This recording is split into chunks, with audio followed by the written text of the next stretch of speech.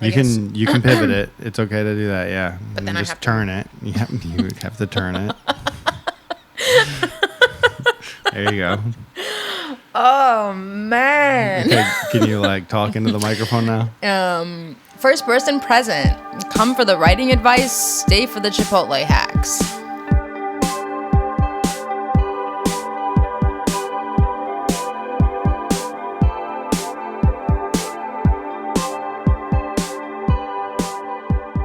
Did you know that you can get 2.5 scoops of Chipotle in your bowl and then frantically ask for a burrito wrap at the end, pretending like you suddenly forgot that it wasn't a burrito? Dasha's learning this week about Chipotle because she's not a Chipotle pro like I am. Like when Chipotle got the salmonella scare, I was first in line. They're like, we're dropping the prices.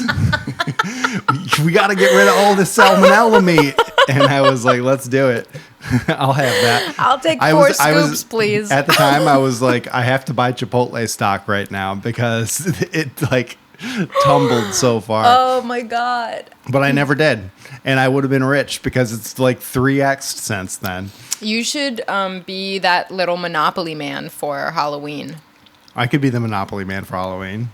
I think that it's a pretty easy costume. You just have to wear a tuxedo and a top hat. Yeah, with the little tails. Yeah. And a top hat. I could deal with that. Mm-hmm. This week, we're doing something a little different because we've got Reddit on deck, but we don't have any Reddit questions yet selected. What I did was I got on my computer and I made a Reddit post.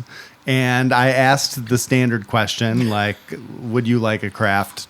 If you could ask a craft question, what would it be? And we're going to let it roll in and do this live. Oh, boy. We're not broadcasting live. We're going to put our faces in the trough in the proverbial sense. We're going to be like the pigs going, wee, can I have some more? Yep. We don't understand that reference, but it's we do, it's very dark and personal and includes Facebook. Yeah, I've been arguing on Facebook with Trump supporters. Can you blame me? How's your week? How's your writing? How's your life?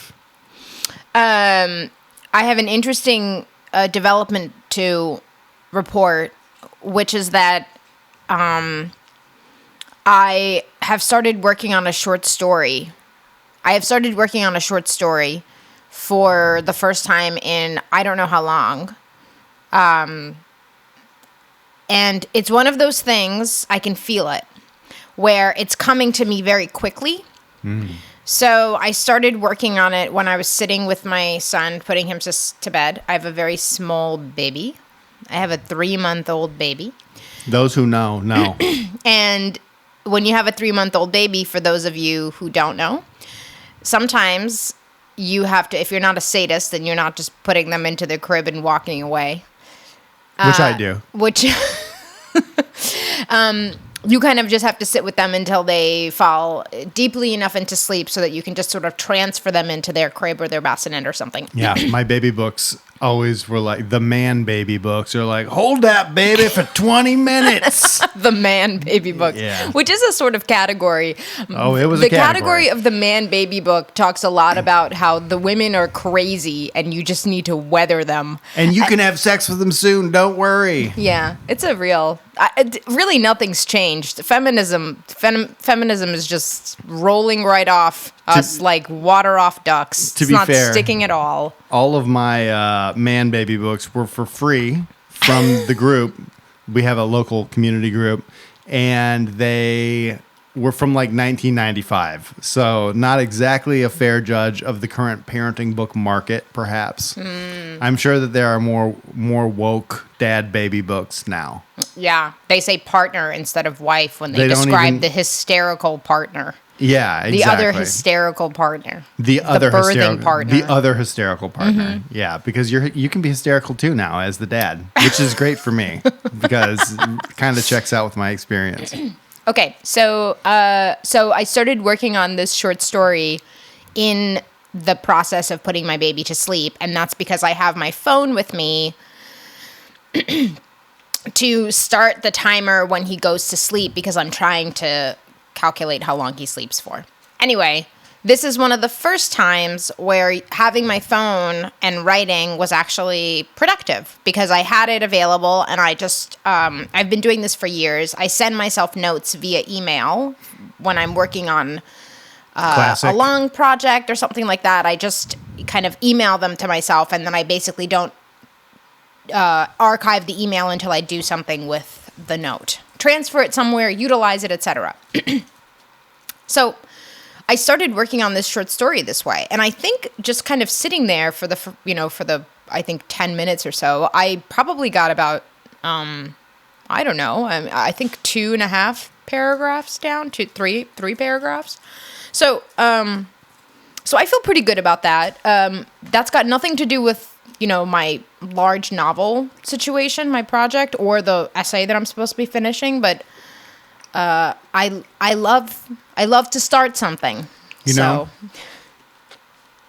think it's in the Garden of Eden, Hemingway, where he's writing a long novel, and then he gets an idea about being a little boy in Africa or some bullshit Hemingway plot like this.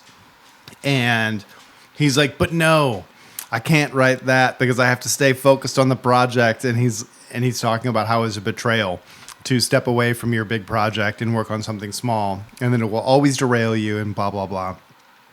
And I've held that very close to my chest for a very long time, where it's like, if you're working on a really long project, which I find that I'm pretty much always doing, then you have to be faithful to the project. And if you go and you write a little essay, or if you go and you write a little story, or if you especially go and write down the first pages of a novel, a different novel, then you are committing adultery. And full infidelity. Yeah. Full. And it is definitely like a Catholic marriage kind of vibe. Mm-hmm. But this time around, I think that I've realized that my book is so long and it is surely going to encapsulate the next 10 years at least of my life, that like it's okay and I have to actually go write other things as I go along. Visit the prostitute of the short story, for instance. No, dear God. We're going to have to do this again now. You think that I'm going to re-record this? You're dead wrong. We're on a schedule, babe. Prostitute of the short story. Oh, my God. We're never going to get the Toblerone sponsorship I had hoped. That's right. Because I don't think prostitute's right. Sex worker of the short story. You're right. I did that wrong. Well, anyway, I think it's really healthy, actually, in your writing life to get some distance from your current project by working on shorter pieces that have finish lines that you can pretty easily reach. Yeah, and I think just, I'm not an advocate for inspiration in the sense that I don't think people should wait for it or should sort of, let it delay their inevitable writing process, right? But I do think that when something strikes you and it has the sense of full form, which in my case, that's kind of how why I'm feeling optimistic about this, is I actually think I know the last line, and that's very rare. Then I think you should sort of strike while the iron's hot. I think you should get it down and make sure you have it, and et cetera, et cetera. So I too feel that fidelity is important when you're working on a long project, because that's part of for me, that's part of the joy in the process of something is it becomes, I've said this probably a million times already. I think that one of the pleasures of working on a novel is that it kind of emulsifies with your life, and then you get to sort of have this new thing that's entirely yours, that's with you day to day, that sort of goes through your friendships and your work, etc. That tracks every single thought of your life. I mean, when you start getting obsessed with new things in your life, that you just roll into the novel, and then you can see this weird digression about, I don't know, the 60s beatnik culture in your book and be like, oh yeah, that's when I found that book. Yeah, totally. So, but it's nice when something comes fully formed like this, and you can just kind of birth it. I'm using that verb, because I also just heard my baby cry in the background. How was your week? your writing week? I found inspiration in an unlikely place. You Is this a Rihanna riff? What is this? Not even. Okay. Not even. What happened was Monday's the day that I go into the city to do a lot of different clients back to back. So that is the day that I really look forward to because I have like an hour and 15 minutes on the train there, an hour and 15 minutes on the way back, and I can get a lot of reading in. Mm-hmm. And for me, reading is the thing that fertilizes my writing. If I get excited about something that I'm reading, then I'm going to be excited about whatever I'm working on the next day, like without fail. It happens every single time. So when I went out yesterday, I was running late. There was a snowstorm here in New York City where we got like a foot, maybe just a foot of snow. I think that's very conservative. I think it's at least 2 feet. It's not at least 2 feet, but what made it at least 2 feet was the plows and the shovelers who just piled it all up in boundaries, like on the boundaries of their property and on the road. So when you're walking, you have to cross all of these enormous mounds of snow. It's like mountaineering in Brooklyn, which is really fun, but really hard, and it slows you down. So I was kind of rushing out the house because I really wanted to get to this reading time, and I realized that I had forgotten all of my books here. So thank God for Brooklyn, I stopped at the little library on the way, and I found this little guy right here, Tales of Beatnik Glory, by a writer named Ed Sanders, who I'd never heard before. But the cover, you haven't seen it yet, has all of these like sexy beatniks having sex on it and laying in bed. I think just one of them.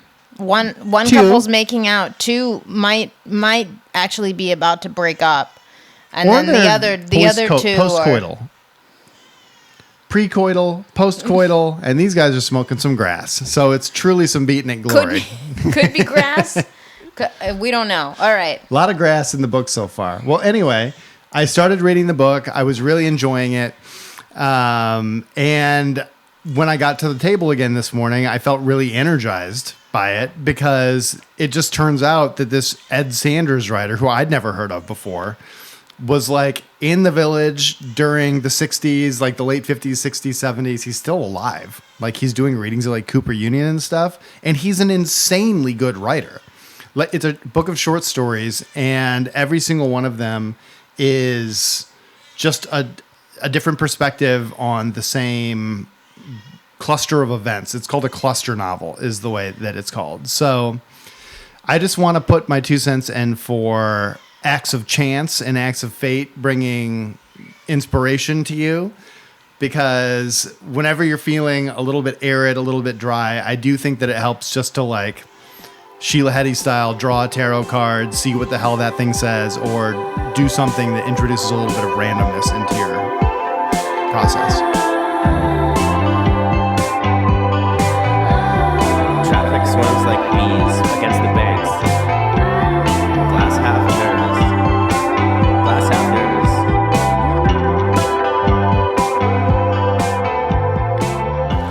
Okay, so we have answers. Well, no. We have a question that we have to answer. We have a question that we can choose to answer. Okay. We have free will. So here's the question. Are you ready? This is from Mira Wendham. Oh, by the way, the question was, if you could ask your favorite writer a single craft question, what would it be? Oh, in this case, we are the favorite writers. No, we aren't the favorite writers, but the favorite writers are the guests that we can invite to the show to help answer the question in future episodes. Oh, okay. Yeah, but for today's purposes, we just have to pretend to be those writers. Okay. So, here's the start. For Lee Child, this is you. Oh, I'm Lee Child. You're okay. Lee Child.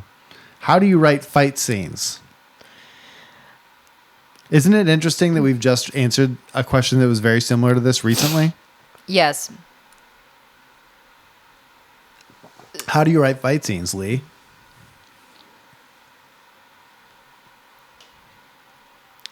So fight scenes are really just choreography.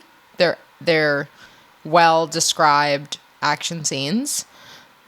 They're probably like writing sex scenes or writing dance scenes or writing Impossible to do. Dance scenes. Two people dancing? You think it's impossible to write a scene of two people dancing? In a book, I think it's very, very difficult. One of the most challenging things. Okay. I think fight scenes are harder. So I guess I would say that I write them by looking at a lot of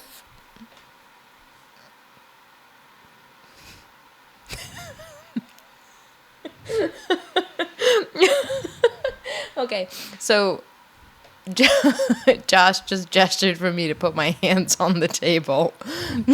Instead of in front of your face like this, which is maybe not the best posture to be recording a newly videoized podcast.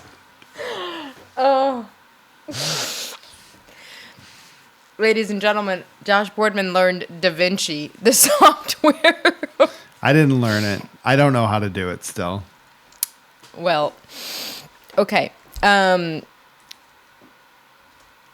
So my hunch is that you write good fight scenes by looking at a lot of fight scenes and probably figuring out how to describe that particular choreography, plus developing very strong descriptive language. So Sure. That's probably what you need to develop that skill set. We've been watching a lot of fight scenes recently. This was one of the main things we were talking about among ourselves when we started watching Buffy the Vampire Slayer, was the really robust choreography, especially of those early seasons. I feel like now that we're in the later seasons, it's kind of more psychological. Yeah, and it's the fights in particular have seemed kind of more of a wash to me. Like they're all the same.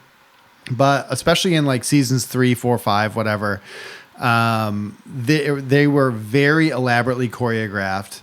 And the thing that was really satisfying about them to me was that it was just constant reversals. So like there would be some actions taking place, usually a chain of actions where one character would be winning and they'd be doing things to the other character. And then something would happen, a reversal, like Buffy would pick up a chain from the ground, and then she'd start winning for a while against the other person.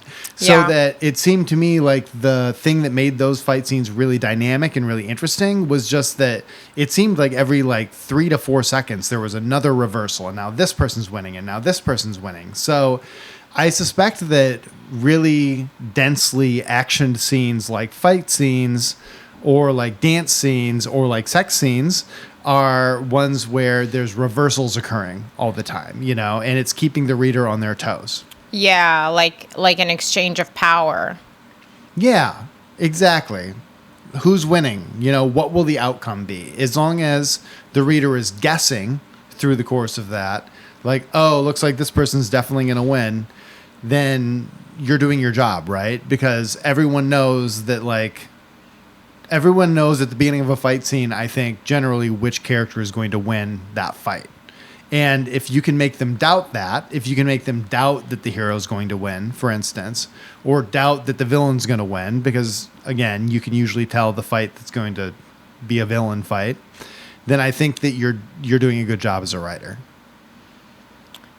My hunch also with regard to books, because we're using a TV show as a reference, so we're using a visual medium, and is probably that fight scenes should not go on for too long, because it is just but I don't know. See, now I feel like I said that and I'm thinking, well, first of all, can we think of a good example? Like, I'm thinking of Hemingway.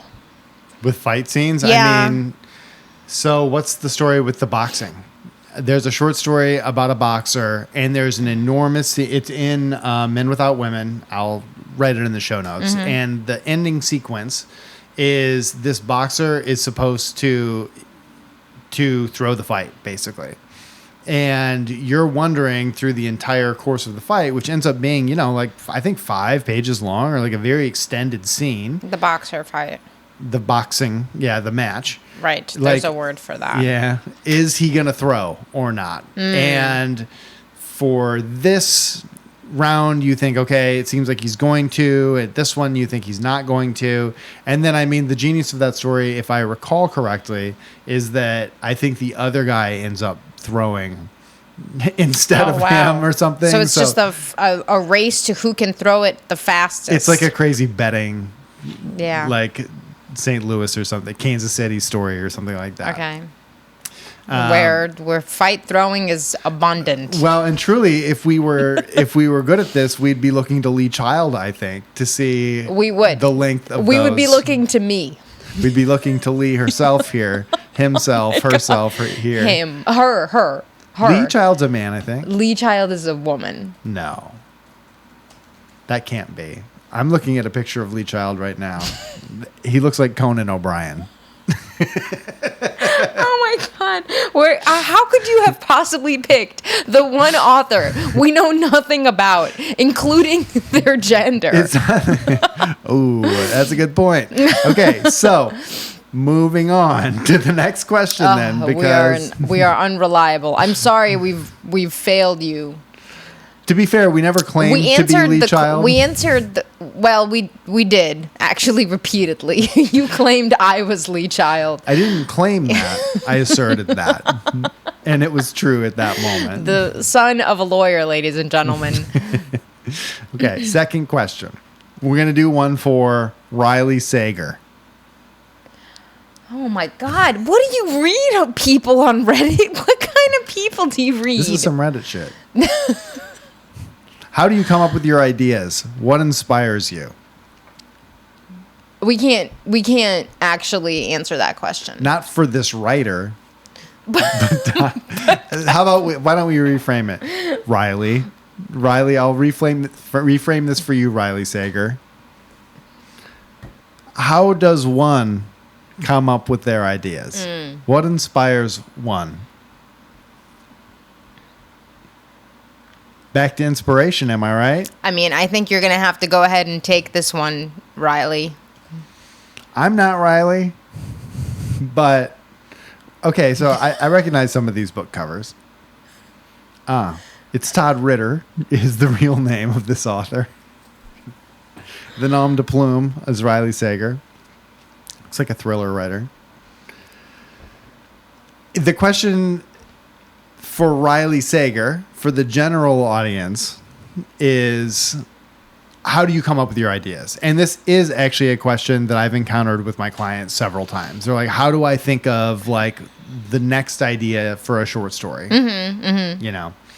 And I think that it goes back to inspiration. What do you think?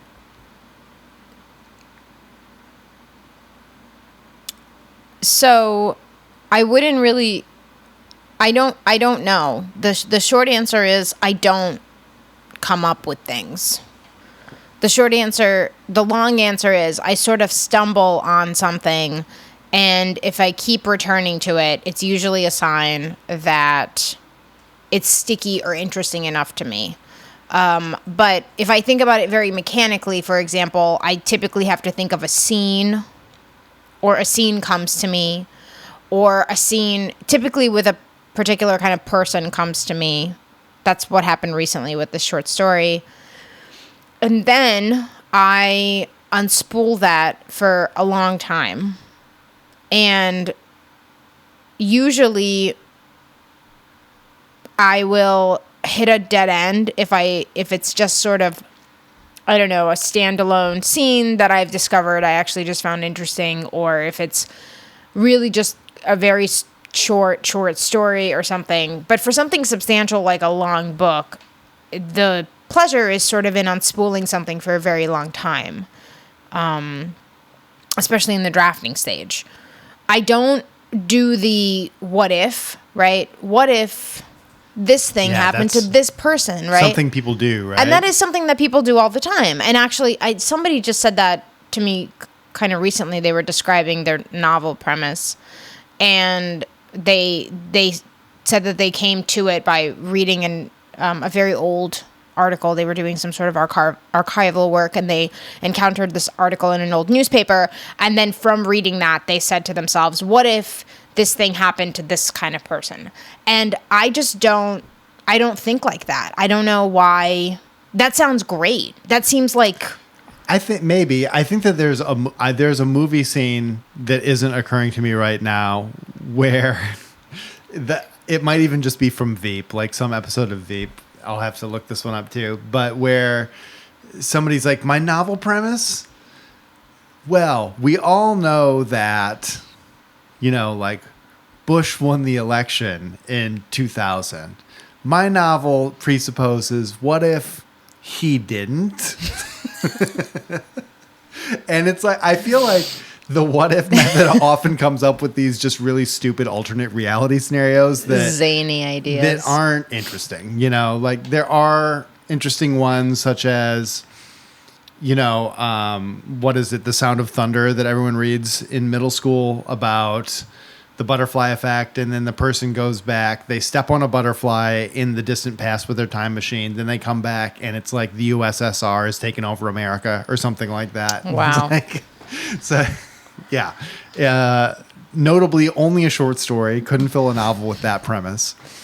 But I think that I want to substitute the word inspiration for observation, actually, because for me, the way that I come up with ideas for whatever I want to do isn't by feeling inspired all of a sudden by like something that strikes the mind, but by just kind of living my life day to day in a very present manner with my notes app handy at all times. Like I have running notes for every book and story that I write. And just when I notice something in the world, writing it down. Yeah, I think that's I think observation in place of inspiration is a very good description, actually, of what that process is like for me, too. I don't even remember the last name of the writer we're supposed to be pretending to be. Riley what? Higgins? Gilkerson. Riley Gilker. No, it's not. Oh, my bad. It's actually Riley Sagler. Sager. I'm sorry, Riley Gilgerson, if you hear this. I think that we're going to make a lot of enemies with this episode. 100%. So we're not going to talk about contemporary writers anymore and reveal that we don't know them. Because that's probably not the way to do it. No one's like, Charles, Mr. Dickens, how did you build that big book? No one wants to know that. And actually, that person deleted their comment already. Oh, my God. So we just learned that they're hearing us live. Riley Gilgerson found out and got pissed. He was like, I'm pulling this. Thanks for listening to First Person Present, Season 2, Episode 4. We don't have a title for this one yet, but when we do, we promise we'll tell you. Until next week, please like, follow, subscribe, smash that button, whatever the button is. I don't know what you're supposed to say, but smash it. The button where you listen to your podcasts, please. The button where you listen to your podcasts. Yes. Smash that button. And I guess smash that YouTube button too, because we're tubers now. Oh my God. We're tubing. We're full on tubing.